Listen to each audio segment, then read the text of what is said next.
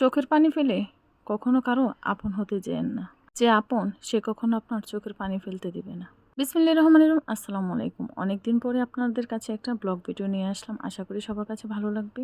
তো আমি রান্নার ভিডিওগুলো বেশিরভাগ সময় দিয়ে থাকি, সেজন্য আপনাদের জন্য একটা বিখ্যাত শুটকির কাঁটা নিয়ে আসলাম। বেশি কিন্তু সবাই শুটকি খেতে খুবই পছন্দ করেন। আর দেখতে পাচ্ছেন আমি কিন্তু শুটকির জন্য কি কি উপকরণগুলো এখানে দিয়ে দিয়েছি। প্রথমে কিন্তু পেঁয়াজ রসুনগুলো কিন্তু আমি ভাজা করে নিয়ে তারপরে কিন্তু আমি কাঁঠালের বিচি দিয়ে দিয়েছি। যেহেতু এখন কাঁঠালের সিজন, সেক্ষেত্রে কিন্তু আমরা কাঁঠালের বিচি দিয়ে, যতদিন কাঁঠালের সিজন থাকবে ততদিন কিন্তু কাঁঠালের বিচি দিয়ে আমরা শুটকি তরকারি রান্না করে খাবো। এটা কিন্তু সেই স্বাদ এবং খুবই সুস্বাদু।